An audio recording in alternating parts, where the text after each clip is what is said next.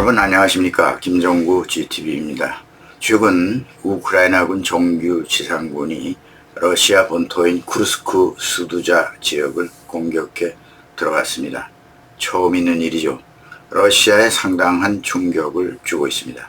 전에도 우크라이나가 러시아 본토인 벨고로드 지역에 진격한 적이 있긴 했지만 그때는 국제군단이나 방위군이었었죠. 이번에는 우크라이나군이 국경에서 약 15km 떨어진 그런 쿠르스크에 진격하는데 성공했다고 현지 언론이 보도했습니다. SNS에 올라온 영상을 보면 마을의 거리가 텅 비어 있고 폭격으로 상당한 피해를 입은 모습이 담겨 있습니다. 쿠르스크 지역은 우크라이나 동북부에 위치해 있습니다. 지도를 참고하시기 바랍니다. 진격해 들어간 우크라이나군 전과는 어떻게 되나? 전과는요, 카모프 52 헬기 1대 날아갔고요. T-62 전차 2대, 또 미르 24 헬리콥터 등이 파괴되었는데요. 네, 여러분이 카모프 52 헬기는 러시아의 주력 헬기인데요. 가격 한 대가 약 16만 달러, 2억 2천만 원 정도 이렇게 나간다고 합니다. 미르 24 한 대는 비행 중에 헬리콥터 로터에 회전 날개죠. 여기에 드론이 날아들었는데요. 우크라이나 총참모부 발표는 쿠르스크를 포함한 모든 전선에서 러시아군 1230명이 사망했고 탱크 8대, 장갑차 29대, 포병 시스템 67대 등을 파괴했다고 알렸습니다. 대단한 전과죠. 러시아가 허를 찔렀다고 해야 하겠죠. 앞으로 러시아군은 함부로 점령지를 넓히겠다고 밀고 들어오지 못할 것으로 보입니다. 미국 싱크탱크 전쟁연구소는 영상을 분석했는데요. 우크라이나 장갑차가 지난 6일과 7일 국경에서 약 10km 떨어진 도로를 따라 진격하고 있는 영상이 공개됐고요. 러시아 방어선 최소 2곳 그리고 진지 1곳을 뚫었다고 분석했습니다. 러시아 군사 블로거들도 우크라이나 군이 쿠르스크주 3개 마을을 점령하고 국경에서 8km 정도 떨어진 수두자 가스 시설을 장악했다라고 주장했습니다. 수두자 국경 검문소 일대에서 러시아 국경 수비대가 항복하는 장면을 영상에 올리기도 했습니다. 러시아 측 국방부는 좀 다릅니다. 쿠르스크주에서 병력 660명, 차량 82대를 잃었다. 이렇게 발표했습니다. 잃었다는 걸 발표하는 거죠. 쿠르스크 주지사는 적군이 후퇴하고 있다. 이렇게도 얘기했습니다. 우크라이나 측은 후퇴를 한 적이 없다. 아직도 싸우고 있다는 얘기죠. 당황했겠죠. 서방도 우크라이나가 정말 서방 무기로 러시아 본토 공격을 허용하지 않았는데 어떻게 된 것일까?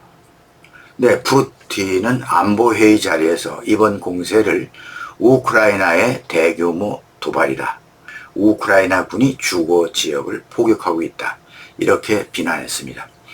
여러분은 어떻게 생각하십니까? 불법으로 우크라이나를 무력 침공해서 3년째 점령지를 넓혀가고 있는 러시아가 감히 우크라이나가 도발한다라는 말이 성립할 수 있는지요? 푸틴식의 억지겠죠. 적반하장입니다. 러시아 외교부도 야만적이다, 테러와 같다라는 공식 비판을 했습니다. 매슈 밀러 미 국무부 대변인도 러시아의 가당치도 않은 얘기를 이렇게 비판했군요. 러시아가 우크라이나의 영토와 주권을 침해했다는 점에서 쿠르스크 공격을 도발이라고 부르는 것은 어처구니 없다. 이렇게 받아쳤습니다. 백악관은 이번 우크라이나의 러시아 본토 공격을 사전에 알지 못한 것으로 보입니다. 어찌됐든 우크라이나의 러시아 본토 기습 공세에 상당한 성과를 보였죠. 그런데 우크라이나가 병력 부족을 호소하면서 러시아 본토 진격을 하게 된 이유가 뭘까? 네, 왜 우크라이나가 러시아 쿠르스크주로 진격했을까? 어찌됐든 우크라이나의 러시아 본토 기습 공세에 상당한 성과를 보였죠. 그런데 우크라이나가 병력 부족을 호소하면서 러시아 본토 진격을 하게 된 이유가 뭘까? 왜 우크라이나가 러시아 쿠르스크 주로 진격했을까? 왜 국경을 넘어서 러시아 본토를 공격했을까? 전문가 입장에서는 첫째, 이렇게 분석을 했습니다. 지금 우크라이나가 부딪히고 있는 큰 문제는 바로 병력 부족이다. 그에 비해서 러시아는 우크라이나보다 병력이 많죠. 이런 상황에서 러시아는 지금 러시아 주력 군대가 야금야금 도네츠크 주 마을을 하나씩 둘씩 점령해서 들어오고 있습니다. 특히 목표로 삼았던 차시오야르와 포크로스크를 향해서 진군하고 있었죠. 네, 지도를 참고하시기 바랍니다. 그런데 우크라이나가 오히려 수백 명을 러시아 본토로 진격시킨다?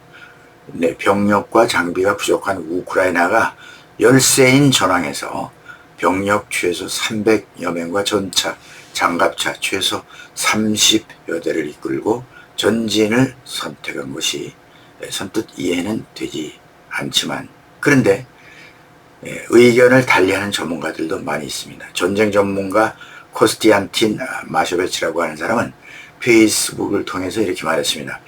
우연이 아니고 전략적 계획의 일부임이 틀림없다. 이렇게 설명했는데요. 그 전략적 선택이 뭘까? 군사 분석가인 미하일 지로코브도 이렇게 얘기했습니다. BBC와의 인터뷰에서 러시아는 이번 기습 공격에 허를 찔렸기 때문에 우크라이나 동부 전선에 있던 일부 병력을 빼서 재배치할 수밖에 없을 것이다. 이렇게 말했습니다. 한마디로 동부 전선에 도네츠크를 중심으로 주둔하고 있었던 러시아 병력을 빼서 다시 재배치하게 된다는 거죠. 이것을 노렸다, 그런 얘기입니다. 러시아는 감히 본토는 쉽게 넘보지 못할 것이다 라고 판단한 러시아군이 하르키우 수미 지역 방면으로 야금야금 공세를 펴고 있었죠. 수도 키우가 조금씩 가까워지고 있었다는 얘기입니다. 우크라이나 정규군이 러시아군 배후를 기습한 것이죠. 러시아는 불을 끄지 않을 수 없게 됐다는 겁니다. 지로코프는 인터뷰에서 그 증거를 얘기했습니다. 이 일이 있은 후 공식 보고서에 따르면 우크라이나 동부 도네츠크 지역에 떨어지는 러시아 활공폭탄의 수가 훨씬 적어졌다. 이는 폭탄을 실은 러시아 전투기가 지금 다른 곳에 있다는 의미다 라고 설명을 하고 있습니다. 결론적으로 말하면 우크라이나군이 러시아 영토를 점령한다기보다 러시아 동부 병력을 흩뜨러뜨리기 위한 목적이라는 것이죠. 따라서 러시아군은 병력을 빠르게 재배치할 것으로 전망하고 있습니다. 실제 러시아 국방부가 올떨결에 쿠르스크 내의 수두자 방향으로 병력이 재배치되고 있다고 인정하기까지 했습니다. 서방 세계도 확전을 지속적으로 우려하고 있는데 국경 너머 러시아 본토인 전선 후방을 노린 이 정도 규모의 작전은 아마 서방의 암묵적인 허가 하에 내려졌을 것이다. 이렇게 그 가능성을 추측할 수가 있겠습니다. 우크라이나 고위 인사들은 이번 공격에 대해 별다른 언급을 하지 않고 있습니다. 대통령실도 또한 BBC에 아직 논평을 보류한다 라고만 답했습니다. 국경 너머 러시아는 우크라이나군 일격에 난리가 났습니다. 현재 러시아 쿠르스크 전투는 계속되고 있죠. 러시아군 채널과 지역 관리들은 이런 사실을 신속하게 보도하고 있습니다. 전에 없었던 처음 있는 일이니까요. 사상자 수와 대피 상황, 그리고 인근 지역에서는 피난민들을 기꺼이 받아들이겠다는 뜻을 밝히기도 했다는 얘기가 있습니다. 두 번째, 러시아 병력 분산 외에 실제 러시아 본토 방어 능력이 어느 정도일까를 시험해 보려는 우크라이나의 전술적 목적도 있는 것으로 생각해 봅니다.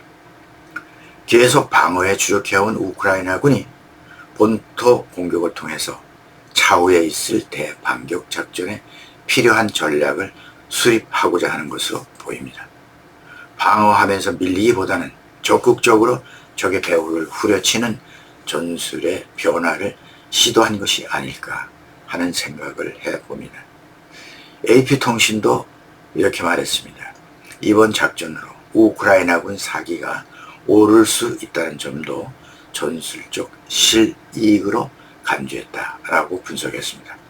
다음 소식은요, F-16이 헤르손 상공에 처음 나타났다고 난립니다. 러시아 타스통신이 8일 이걸 포착했다고 보도했고요. 헤르손의 카우카 수장 파벨 필립추크라는 사람은 텔레그램에서 어제 F-16 전투기들이 우리 지역 상공을 비행하고 있다 이렇게 올렸습니다. 그 외 러시아 통신 등 처음 F-16 포착을 보도하고 있는데요. 미국제 전투기에 대한 호기심보다는 공포심, 오히려 공포스러운 눈으로 바라보고 있다는 눈치죠. 그들도 F-16이 러시아, 미국 29보다 훨씬 기능이 우월하다고 하는 것을 알고 있기 때문일 겁니다. 러시아 당국은 러시아 국민을 안심시키고자 블러핑을 한 방 날렸군요. 네, 전투기들은 격추되고 파괴돼 모스크바에 전시될 것이다. 전투기의 수명은 모기처럼 짧은 것이라고 확신한다. 뭐 이런 허세를 보이고 있습니다. 또 러시아 외교부 드미트리 페스코프 크레므린 대변인은 F-16은 격추될 것이고 숫자가 점점 줄어들 것이다. 전황에 큰 영향을 미치지 않을 것이다. 뭐 이렇게 주장했습니다. 겁에 질려서 허세를 부리는 것으로 보입니다. 우크라이나 F-16이 앞으로 어떤 활약을 펼칠지 눈길이 모아지는 대목이죠. 네, 오늘은 여기까지 하겠습니다. 제 목이 좋지 않아서 여러분께 불쾌하게 들으셨을지 모르겠습니다. 시청해주신 여러분 감사합니다.